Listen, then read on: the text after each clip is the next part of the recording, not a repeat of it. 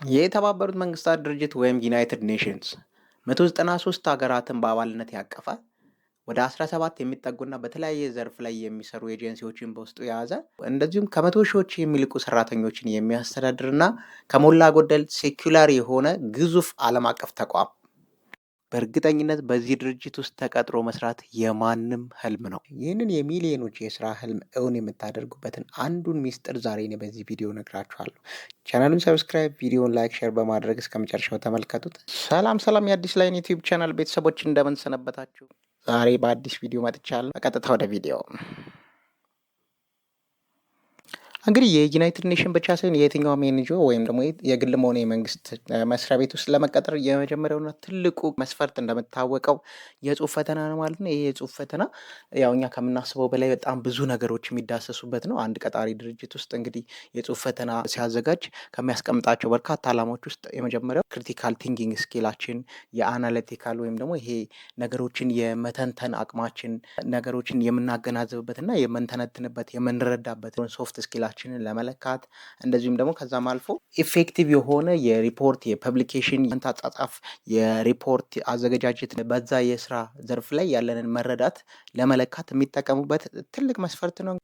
በመጀመሪያ የዩናይትድ ኔሽን ብቻ ሳይሆን የትኛውም የኤንጂኦ ወይም የግልም የመንግስትም ሌላም ቀጣሪም ቢሆን ብዙ ጊዜ የስራ የጽሁፍ ፈተናዎች ሁለት አይነት ቅርጽ ይኖራቸዋል ማለት ነው። ፎርማታቸው ማለት ነው። ስለዚህ የትኛውም አይነት የጽሁፍ ፈተና በፎርማት ደረጃ ካየ ነው ቴክኒካል እና ነን ቴክኒካል ወይም ደግሞ ቴክኒካል ቨርሰስ ኢንተሌክቹዋል የሚባል ሁለት አይነት ፎርማት ይኖራቸዋል ማለት ነው። ይሄ እንግዲህ ምንድነው ራሱን የቻለ በጣም ዝርዝር ማብራሪያ የሚፈልግ ጉዳይ ቢሆንም ለዚህ ቪዲዮ አላማ ሲባል ግን ቴክኒካል ነገሮች ማለት ስፔሲፊካሊ እናንተ እየተቀጠራችሁበት ካለው የስራ መደብ ጋር ተያያዥነት ያላቸው ለምሳሌ አካውንታንት ቢሆን በአካውንቲንግ እና በዛች ስፔሲፊክ የስራ ቅጥር መደብ ላይ ማወቅ ያለባችሁን ነገሮች እንድታውቁ ነው የሚጠበቀው ማለት ነው።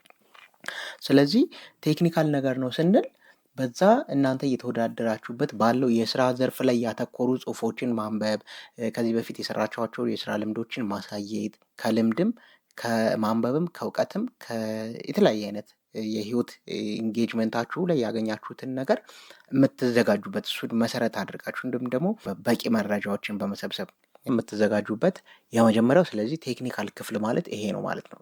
ስፔሲፊካሊ እናንተ ለውድድር እየተቀመጣችሁበት የስራ መደብ የሚጠይቀውን የትምህርት፣ የእውቀት፣ የስኪል፣ የሙያ፣ የልምድ ባክግራውንድን የሚያሟላ ዝግጅት ነው ማለት ነው። ስለዚህ ቴክኒካል ነገሮች ስንል እነዚህን ማለታችን ነው። ነን ቴክኒካል ማለት ያው ብዙ ጊዜ ግለሰቦችን ኢንቴሌክቹዋል አቅም የሚታይበት ነው።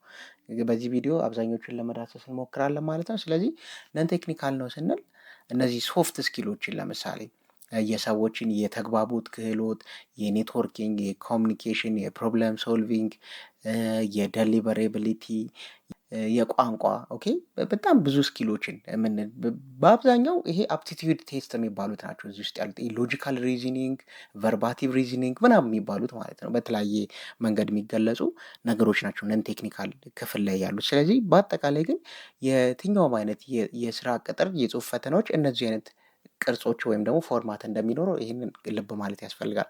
ኦኬ ይህን ያክል ካልን በዩናይትድ ኔሽን ኤጀንሲዎች የሚወጡ የስራ ቅጥር ጥያቄዎችስ ምን ይመስላል የሚለውን ደግሞ በዩናይትድ ኔሽን እና በሌሎች ዓለም አቀፍ ኤንጂኦዎች የሚወጡ የስራ ቅጥሮችን ፖስት በማድረግ እንደዚሁም ደግሞ ቴክኒካል ሰፖርት በመስጠት እና አጠቃላይ ፕሮፌሽናሎች በእነዚህ ኤንጂኦዎች ተቀጥረው እንዲሰሩ ፋሲሊቴት በማድረግ የሚታወቀው ኢምፓክትቡል የሚባል ዓለም አቀፍ ዲጂታል ፕላትፎርም ነው ማለት ነው። ስለዚህ እሱ ሳይት ባጠናው መሰረት ከዚህ ቀጥሎ የቀረቡት ነገሮች የግድ አንድ የዩናይትድ ኔሽን ሰክሰስፉል ካንዲዴት በጽሁፍ ፈተና ላይ መተግበር ያለበት ብሎ የለያቸውን 5 ስኪሎችን ነው በዚህ ቪዲዮ ማሳያችሁ ማለት ነው።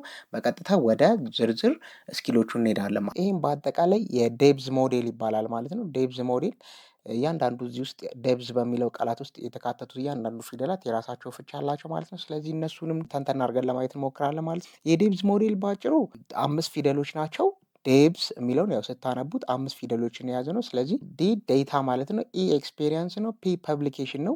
ቲ ትሬንድስ እንደማለት ነው። የመጨረሻው ኤች ነው። ሆምወርክ እንደማለት ነው ማለት ነው። ስለዚህ ዴታ ስንል ምን ማለታችን ነው የሚለውን ማየት ያስፈልጋል ማለት ነው። ዴታ ማለት እንግዲህ የመጀመሪያው ነገር በጽሁፍ ፈተና ወቅት የመሰለኝ እንዲህ ሊሆን ይችላል ምናምን አይነት የመላምት አይነት ነገር ማስቀመጥ የለባችሁም ወይም እሱን መጻፍ የለባችሁም። ከዛ ይልቅ ታማኝነት ያላቸው ዘመናዊና የተደራጀ ማስረጃዎችን በመጠቀም ምላሾቻችሁን ማስቀመጥ መቻል አለባችሁ ማለት ነው። ይሄ ምን ማለት ነው? ቀድሞ ያላችሁ የተደራጀ የማስረጃ እውቀት የሚለካበት ሂደት ነው ማለት ነው። ምክንያቱም ስለ ድርጅቱ ምን ያህል ታውቃላችሁ፣ እየወጡ ስላሉ ሪፖርቶች፣ አጠቃላይ ስታስቲክስ፣ ስለሚሰሩ ስራዎች ምን አይነት ተጨባጭ የሆነ ማስረጃዎችን ሰብስበዋል በበቂ ሁኔታ የሚለውን የሚያዩበት ነው ማለት ነው። ስለዚህ በፈተና መልሶቻችን ውስጥ እነዚህን የሰበሰብናቸውን ማስረጃዎች ወይም መረጃዎች በግልጽ እነዚህን ማጣቀስ ማስፈር መቻል አለብን ማለት ነው። ስለዚህ ዩናይትድ ኔሽን ውስጥ ለምሳሌ በዚህ ሰዓት ይሄን ያክል ሰዎች በድርጅቱ ውስጥ ተቀጣሪ ሆነው ይሰራሉ። ድርጅቱ በእንደዚህ ያክል ወይ ደግሞ ይህንን መጠን ባላቸው ሀገራት ውስጥ ይሰራል። እንዲህ አይነት ይህን የሚያክል በጀት አለው ምናምን አይነት ሊሆን ይችላል። ስለዚህ በዚህ አግባብ የተደራጀ መረጃ ይዞ የተደራጀ መረጃን መሰረት ያደረገ የጽሁፍ ምላሽ መስጠት ያስፈልጋል ማለት ነው። ዝም ብሎ የሆነ አይነት ፐርሰናል አስተያየት ሳይሆን በጣም ፕሮፌሽናል በሆነ መልኩ ቀድሞ የተደረገ ሪሰርችን ቀድሞ የተደረገ ጥናትን በሚያሳይ መልኩ መረጃን መሰረት አድርገን መመለስ አለብን የሚለው ነው። ስለዚህ ዴታ የሚለውን በዚህ መጨረስ ይችላል ማለት ነው። ስለዚህ ሁለተኛው ኢ ነው።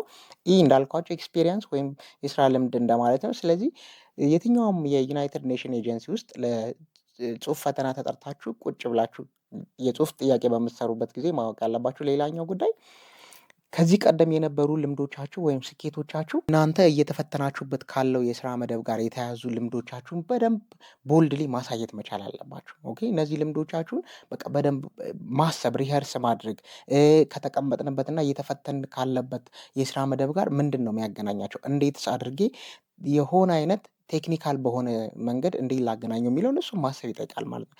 ለምሳሌ ከዚህ ቀደም በነበራችሁ የስራ ህይወት ውስጥ የገጠሟችሁ ችግሮች ካሉ እነሱን የፈታችሁበትን እስኪል እዚህ ጋር የምታሳዩበት ነው ማለት ነው። ልምድ ማለት እሱ ነው ማለት ነው። ልምዶቻችሁን በጣም በተብራራ ኦኬ፣ አጠር ብሎ ባልተንዛዛ ግን በተብራራ መልኩ ልምዳችሁን ለድርጅቱ የምታሳዩበት ሁለተኛው ሪኳየርመንት ወይም ደግሞ ሁለተኛው ዘዴ ነው ማለት ነው። ስለዚህ እነዚህን ነገሮች በደንብ ልብ ማለት ያስፈልጋል። ቁጭ ስትሉ እዛ ጋር ጥያቄውን ብቻ ኦብጀክቲቭ መመልከት ሳይሆን ይሄ ጥያቄ ከኔ ያለፈ የስራ ህይወት ጋር እንዴት ነው ማገናኘት የምችለው? ኦኬ፣ ባለፈው ያሳለፍኳቸው የፕሮብለም ሶልቪንግ ስኪሎቼ እንዴት ነው ለዚህ ላውለው የምችለው? እሱን እንዴት ነው የምነግራቸው? ኦኬ፣ ንገሯቸው። ያ ማለት ልምዶችህን ሊቀጥሩ ካሰቡበት የስራ መደብ ጋር አያይዘ ለድርጅቱ ንገር ነው። በቃ ናሬት አድርግ የራስን ያለፈ የስራ ህይወትን በደንብ በሚገባውና ፕሮፌሽናል በሆነ መልኩ ለድርጅቱ ንገረው። ይሄ ግን ሲሆን ሊረጋገጥ ይችላል። ዶንት ፎርጌት የሆነ አይነት ስፔኩሌቲቭ ነገር መጠቀም የለብንም ማለት ነው። ያላደረግነውን ያልሰራነውን ምናምን ሳይሆን እውነተኛና ጄኒውኒ በቃ በእናንተ ብቃት በእናንተ አቅም ሊተገበር የሚችል ነገር ነው የምታቀርቡት ማለት ነው። ይሄ ሲሙሌት አድርጋችሁ የምታቀርቡት እያንዳንዱ ነገር በደንብ ዝም ብሎ የሆነ ፋብሪኬት ተደርጎ ምናምን የመጣ ሳይሆን ሪሊ በቃ እናንተ ያለፋችሁበት የስራ ህይወት መሆን መቻል አለበት ማለት ነው። እንደሱ ካልሆነ ዶንት ፎርጌት የዩኤን የቅጥር ሂደት በጣም ሪገሬስ ነው። ክሮስ ቼክ ይደረጋል። በሪኮሜንዴሽኖቻችሁ በኩል አታች ያደረጓቸውን ሰዎች ሁሉ ኮንታክት አድርጎ ኮሚኒኬት አድርጎ ምናምን ስለ እናንተ በጣም በብዙ መልገድ ቬሪፋይ ተደርጎ ነው የምትገቡት እና ይህንን ነገር መርሳት የለባችሁም። ስለዚህ እንደዚህ ስለተባለ ብቻ የሆነ ልምድ ምናምን እንደዚህ ያለኝ ብሎ በፈጠራ ወይ በሀሰት ነገር የሆኑ ነገሮችን መጻፍ ዋጋ ሊያስከፍል ይችላል የሚለውን እሱን ልብ ማለት ያስፈልጋል። ሶስተኛው ፒ ነው፣ ፐብሊኬሽን ብለን ያየነው ነው ማለት ነው። ህትመቶች ማለት ነው። እነዚህ ህትመቶች እንግዲህ በጣም በርካታ ናቸው። ዩናይትድ ኔሽን ውስጥ በጣም የተለያዩ ኤጀንሲዎች ናቸው ያሉት።